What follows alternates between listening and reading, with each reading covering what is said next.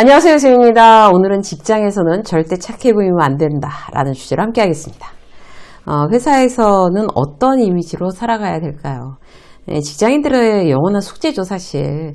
그 중에는 이제 어떤 이미지를 어필할 거냐. 그 자체에 아예 관심이 없는 분들도 계세요. 생긴 대로 사는 거지 뭘 그렇게 머리 아프게 고민해 가며 자기적으로 이미지를 만드냐 이렇게 생각할 수 있어요. 근데 우리가 여기서 이제 짚고 넘어가야 될 부분은 직장 생활에 전략이 없으면요. 충분히 노력하고도 성과가 없을 수 있다는 사실입니다. 아주 냉정하게 말씀드려서요. 그래서 이제 우리가 이미지 얘기를 하는 거죠. 왜냐하면 혼자 하는 직장 생활이 아니잖아요. 나만 진심으로 열심히 하는 게 별 소용이 없을 수도 있어요. 나와 함께하는 사람들의 도움을 받거나 내가 도와주거나 협업을 해야 성과가 나는 것이 직장이라는 곳의 속성입니다. 그래서 이제 그야말로 도움을 주고받고 시너지를 내기에 효과적인 어떤 내 이미지가 있다면 내가 똑같은 100이라는 노력을 해도 성과가 달라질 수 있고 성과가 나니까 사람들과의 관계도 더 좋아질 수도 있고 이게 선순환이 되는 거죠.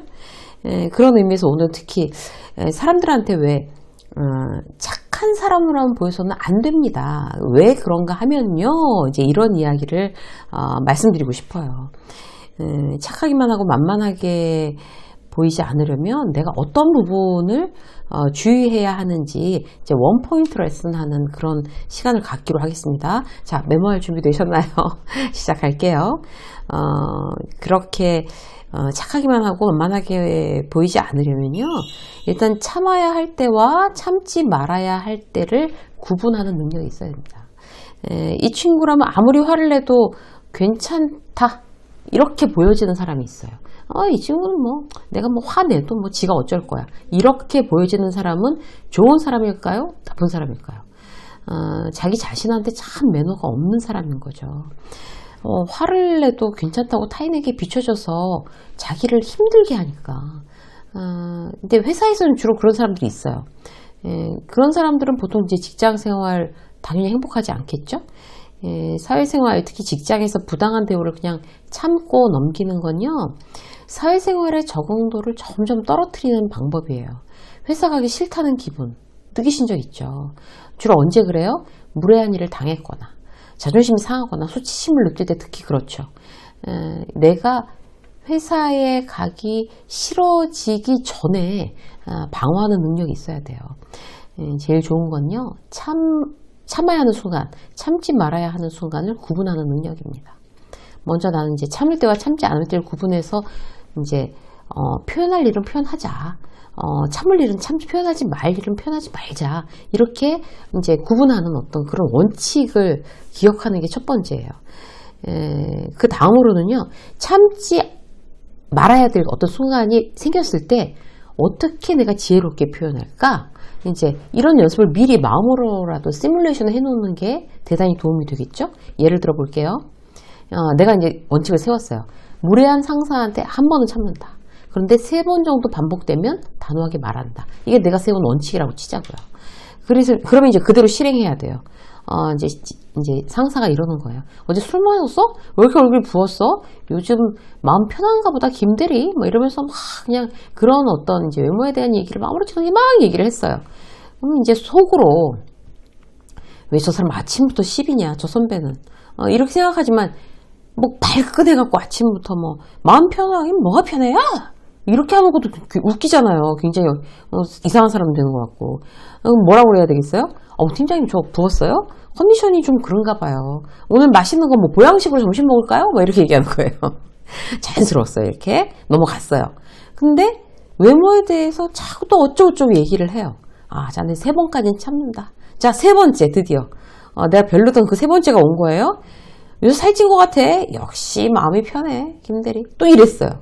그러면 자 이제 단호하게 지혜롭게 표현을 할 때가 온 거예요. 그러면 뭐라고 표현해요? 팀장님 제 외모에 대해서 관심이 많으신가요? 이렇게 물어보는 거예요. 아무렇지도 않게. 또는 지금 외모에 대해서 평가하시는 거예요? 이렇게 물어보는 거예요. 그러면 정말 상대는 어떤 팀장이라고 그래도 뜨끔합니다. 제가 그런 말씀 몇 번 들었는데 들을 때 좀 불편합니다. 팀장님 이렇게 단호하게 한번 해주면 다음부터 절대 안 그러죠. 그리고 주의할 점. 그 이후에 뿌 해갖고 있는 게 아니라 아무 일도 없었다는 듯 예의 바르게 지내야 되는 거죠. 뒷담화 절대. 이상해 팀장이 뭐 이런 거 하지 않는다는 거죠. 자, 이게 이제 첫 번째였고요. 참아야 할 때와 참지 말아야 할 때를 지혜롭게 구분해 보세요. 두 번째는 뭔가 하면 만만치 않게 말하는 노력이 필요해요. 지금 유쌤의 직장 수업의 그 재생 목록에 보면 대화법의 모든 것이라는 게 따로 묶여 있어요, 여러분. 내가 말하기에 별로 그렇게 자신이 없다. 대화법에 있는 재생 목록에 있는 거를 정말 몇 번씩 여러분들이 반복해서 공부하시면 훨씬 더 좋아지실 거예요. 이게 바로 두 번째예요. 만만치 않게 말하는 노력이 필요하다는 거죠. 모든 건 말로 시작해서 말로 끝난다 해도 과언이 아니에요, 사실. 내가 어떤 생각을 하느냐를 타인이 어떻게 알까요? 내가 말을 하는 거 보고 알겠죠. 그래서 내가 마음이 약해질 때도, 내가 확신이 없거나 불안할 때도 일부러 더 말을 더 의식적으로 정확하게, 만만치 않게, 명확하게 해버릇하는 게 아주 중요합니다. 첫 번째, 가장 중요한 거 몇 가지만 리마인드 해볼게요. 말끝을 확실하게 해야 돼요. 말끝을 확실하게. 이 부분 다시 한번 챙겨보세요. 업체에서 그런 것 같다고 해서 저도 그런 줄 알고 뭐 쭝얼쭝얼 이렇게. 아니 그렇다는 거야? 아니라는 거야? 이제 윗사람들이 이렇게 생각할 수 있죠. 그 소리 나오죠. 듣는 사람은. 뭐든 명확한 말끝이 중요합니다. 실컷 조사해서 분석해서 보고서 만들었어요. 그거가 잘못된 게 없는지 몇 번이나 확인했어요. 근데 팀장이 딱 보고서 이렇게 보면서 야, 확실한 거야? 이랬어요. 이렇게 모를 수 있잖아요. 근데 내가 확신이 있고 그만큼 체크했으니까 몇 번씩이나. 그럼 말도 확실하게 해야 된다는 거죠. 네, 확실합니다. 근거로서는 보고드린 바와 같이 이런 내용입니다. 근거를 정확하게 들이대고 이렇게 근거를 제대로 확인했는데도 윗사람이 그렇게 윽박지르면서 물으면 그래 하느라고 했는데 그런 거 같아요. 다시 한번 확인해 볼까요? 이러면 안 된다는 거죠. 내 직속 상관이 아니라 대표이사가 물어도 마찬가지예요. 아닌 건 아닌 거고 긴 건 긴 거고. 기죽지 마세요. 기죽으면 만만해 보입니다. 기죽으면. 그리고 기죽지 않겠다고 마음을 먹어야 기죽을 짓을 안 하게 되는 거예요. 스스로. 두 번째 뭔가 하면 제대로 거절하는 거예요. 거절을 못하는 이유가 뭘까요? 내가 거절하면 저 사람이 싫어할까봐, 나 싫어할까봐, 관계가 깨질까봐. 근데 대부분의 경우는 그렇지 않아요. 정중하고 단호하게 안 되는 건 안 된다라고 이제 말하는 걸 시도해 보면 뭐 거절을 하는 게 별일 아니구나 이렇게 느낄 수 있어요. 그리고 거절이 사람의 관계를 깨는 게 아니라요.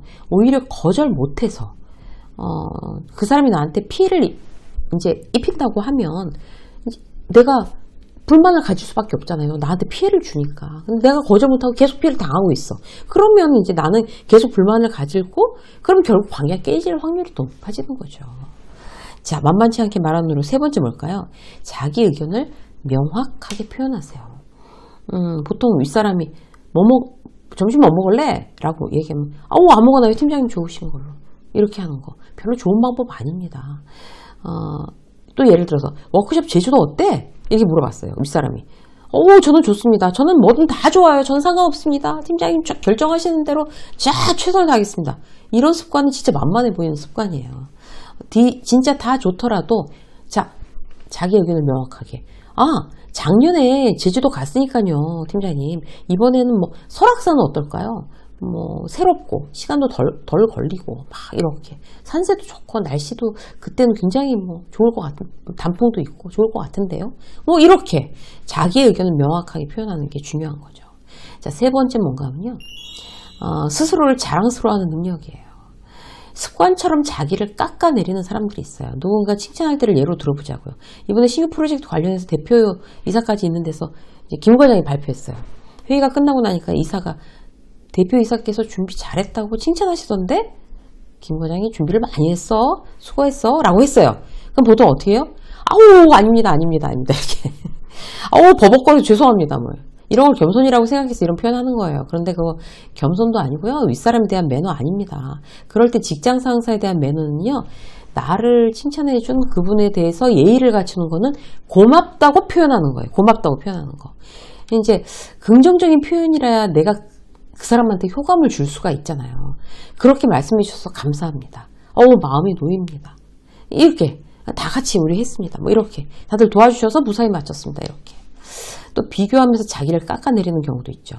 이번에 남편 부장 진급하고 축하해. 좋겠다. 이렇게 친구들이 얘기하면 그래 축하해줘서 고마워. 남편이 애 많이 썼는데 인정받은 것 같아서 다행이지. 뭐 이렇게 얘기하면 될걸. 꼭 이걸 또 남들이랑 비교해요. 좋긴 뭐 월급도 별로 달라지는 것도 없어. 뭐 책임질 일은 많은 거지 뭐. 이제 뭐 잘릴 일밖에 더 남았어. 뭐 이래 가면서. 야 영희 남편은 작년에 임원 달았는데 부장이 뭐. 이렇게 하는 거 스스로 깎아내리는 거예요. 영희네 남편이랑 내 남편을 왜 비교하는데요 도대체. 그래서 필요한 것이 이제 스스로를 자랑스러워하는 능력이에요. 자존감은 누가 올려주지 않습니다.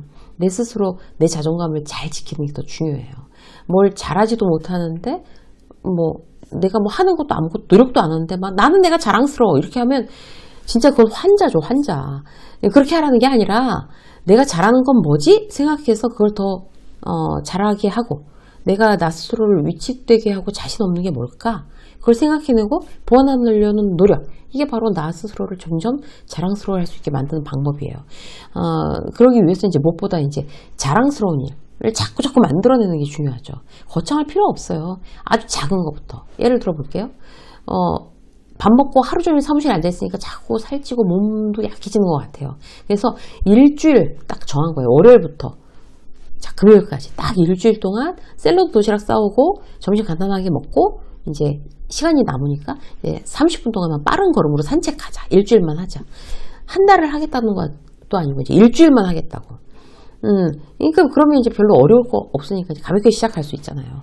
그래서 일주일에 1kg 빼고 몸도 가벼워지기로 작정했어요. 점심값도 아끼니까 좀 용돈도 좀 여유로워졌어요. 그러면 자기가 자랑스럽겠죠. 예? 일주일 프로젝트 성공했어요. 그것만으로도 스스로가 자랑스럽고 뿌듯해질 수 있어요. 그런 심정이 남들한테도 영향을 주는 거예요. 나 일주일 식단 가능한 사람. 자, 건강하게 나 몸 돌보는 사람. 이 자신감으로 연결되고요. 남들 앞에서 당당해질 수 있어요. 결국 이런 것들이 선순환을 일으킵니다. 어렵지 않은 일부터 오늘 시작해 보시자고요. 내가 자랑스러워할 만한 일이 오늘 여러분들 일상에 정말 마구마구 이렇게 넘쳐나시기를 응원합니다. 유쌤의 직장서 오늘 여기까지 하겠습니다. 고맙습니다.